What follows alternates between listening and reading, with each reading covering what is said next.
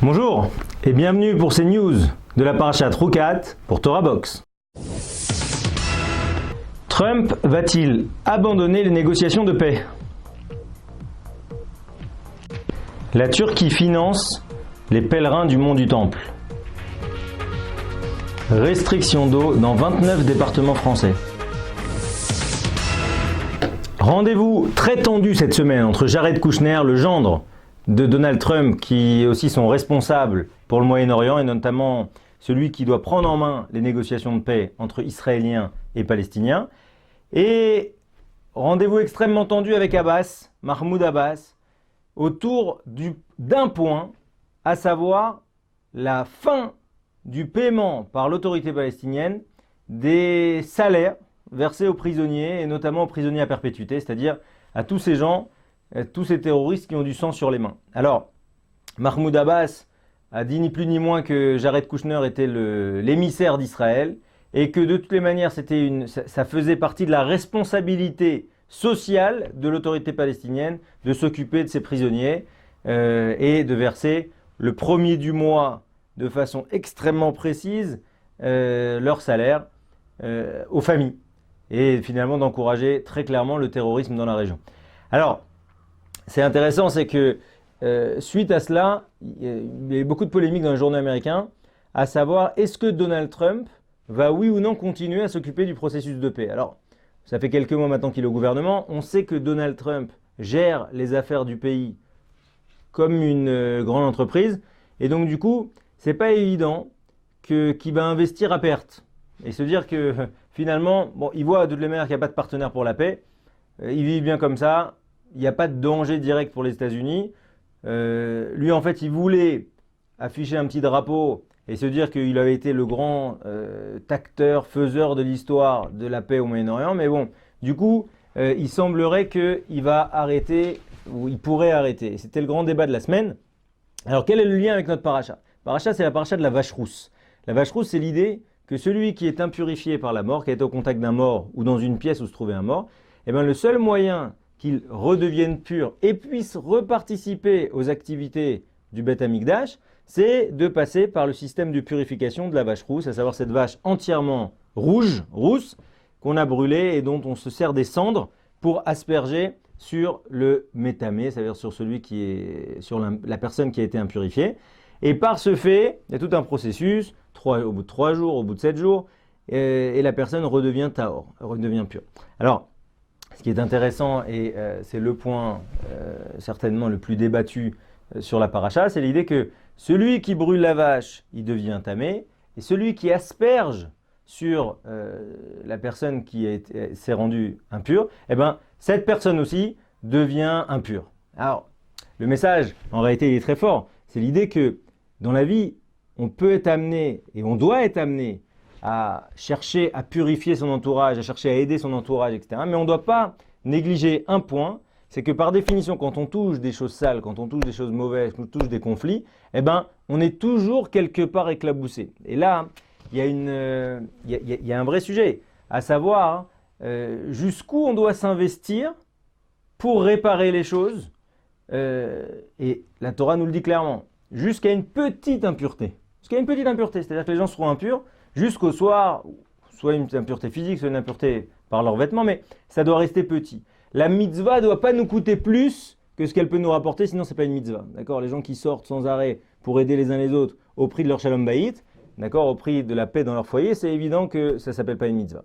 Voilà, donc là, Donald Trump, il est aux prises avec ce qu'il y a de plus kadosh, de plus saint, à savoir le côté indivisible de Jérusalem, l'idée qu'une paix en Israël pourrait encourager encore beaucoup de gens à venir, etc., etc. Et du coup, nécessairement, il est éclaboussé. Et sa question très pragmatique va être de se dire jusqu'où c'est rentable ou pas de se mêler à ce dossier. Alors toujours dans cette idée de pureté du temple, il faut savoir que pour continuer sur la vache rousse, une fois qu'elle était brûlée et que ses cendres étaient récupérées, elle s'était divisée en 3 parties, d'accord ? Elles étaient gardées à 3 endroits différents. Et un des endroits, c'est ce qu'on appelle le chel. Le chel, c'est juste autour de la hazara, c'est-à-dire autour du parvis, où en fait là-bas on stockait, d'accord, pour faciliter l'accès au temple. Et avec toujours cette idée que au Beth Amikdash et dans tout ce parvis-là, il y a une Gdusha, une sainteté qui n'a jamais disparu. D'accord? Et on sait que c'est ce qu'on appelle Bet Atfila, c'est-à-dire la maison des prières. Et il est précisé partout que s'il y a un endroit sur terre où la pureté reste à jamais présente, c'est à l'endroit du Beth Amikdash. Et c'est précisément là que les Turcs ont été accusés cette semaine de prosélytisme et de vouloir se mêler. Il faut savoir que le Waqf, historiquement, est en charge, le Waqf, c'est une autorité jordanienne, depuis la réunification de Jérusalem. Moshe Dayan a commis une erreur historique de laisser au Waqf l'autorité sur les lieux de culte. Et donc, c'est toujours les Jordaniens et les policiers jordaniens qui gèrent le mont du Temple. Alors, il faut savoir, pour la petite histoire, ceux qui ne connaissent pas trop, le Beth Amikdash, le futur Beth Amikdash, Bezrat Hashem, sera reconstruit précisément où se trouve la mosquée avec la Kippat Hazahav, c'est-à-dire avec la coupole en or. Mais il faut savoir que Al-Aqsa, le troisième lieu de saint de l'histoire, n'est absolument pas cette mosquée-là. Al-Aqsa, c'est la mosquée qui est à l'est, d'accord, qui a une coupole en cuivre, d'accord, et c'est là où les gens font leur prière, etc. La mosquée Al-Zahra, d'accord, qui intéresse tout particulièrement les Juifs, c'est un lieu qui est absolument vide toute l'année, d'accord. Et je l'ai vérifié à titre personnel en demandant aux policiers qui gèrent le lieu et en demandant à des Arabes sur place qui m'ont expliqué qu'en fait ils s'en servaient juste pendant le Ramadan. Donc typiquement en ce moment, il y a eu 2 ou 3 jours où ça a été plein. C'est un endroit dans lequel on met les femmes. Et historiquement, ça a été créé, d'accord, par un des sultans pour donner du kavod aux Juifs. C'était un peu ça l'idée. Maintenant, qu'est-ce qu'ont fait les Turcs?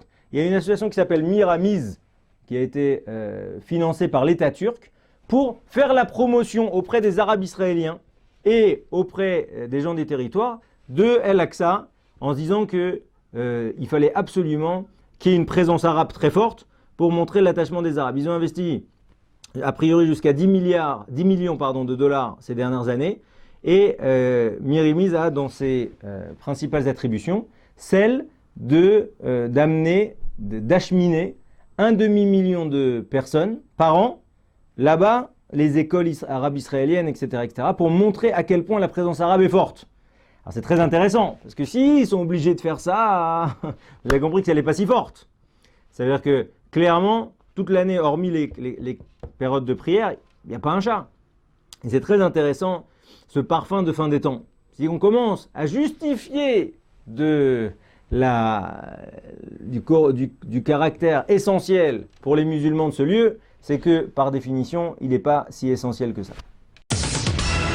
Alors, dernier point de la paracha, en tout cas dernière news de ce petit journal, la mort de Myriam. Alors on sait que Myriam, à partir du moment où elle a accompagné son frère, elle a regardé, alors que c'est une petite fille, elle a regardé au loin la destinée du petit Yécoutiel, puis Moshe, savoir ce qui allait se passer alors qu'il a été posé dans ce berceau en osier bitumé dans le Nil.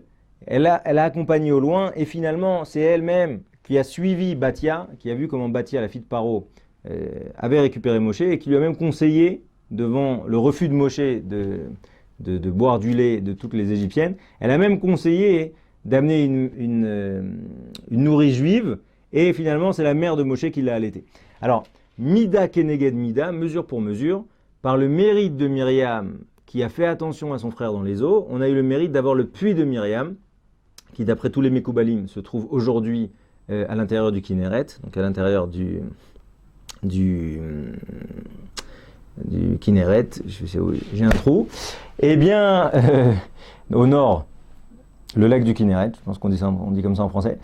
En tout cas, le principe, c'est que finalement Myriam est morte, et avec elle, la fin du puits qui a permis d'abreuver pendant 40 ans dans le désert tous les enfants d'Israël. Et hasard du calendrier, on a une sécheresse extrêmement forte en France. Il faut savoir que le mercredi 21 juin dernier a été la journée en France la plus chaude relevée depuis 1945. Et que là, cette semaine, 29 départements ont été placés en vigilance orange, avec des restrictions d'eau, notamment pour les agriculteurs. Et a priori, malheureusement, c'est pas prêt de s'arrêter. En Belgique, la sécheresse est extrêmement forte au point qu'on peut passer la Meuse à pied. D'accord? Et l'idée pour nous, pour Aparacha, c'est toujours de se dire que, Rabotai, il ne faut pas attendre de perdre les choses pour s'apercevoir du bien qu'elles nous font quand on les a. C'est-à-dire que maintenant, à l'image des agriculteurs, à l'image des Bnei Israël, la perte, c'est à partir du moment où ils ont perdu Myriam qu'ils se sont rendus compte finalement à quel point ils étaient bien pendant toutes ces années avec de l'eau. Ce qu'on se souhaite à chacun, ne pas attendre d'être malade pour s'apercevoir qu'aujourd'hui on est bien, ne pas attendre qu'on est heureux, ne pas attendre un malheur pour s'apercevoir qu'à l'époque on était heureux. Shabbat Shalom et de très bonnes news à tous.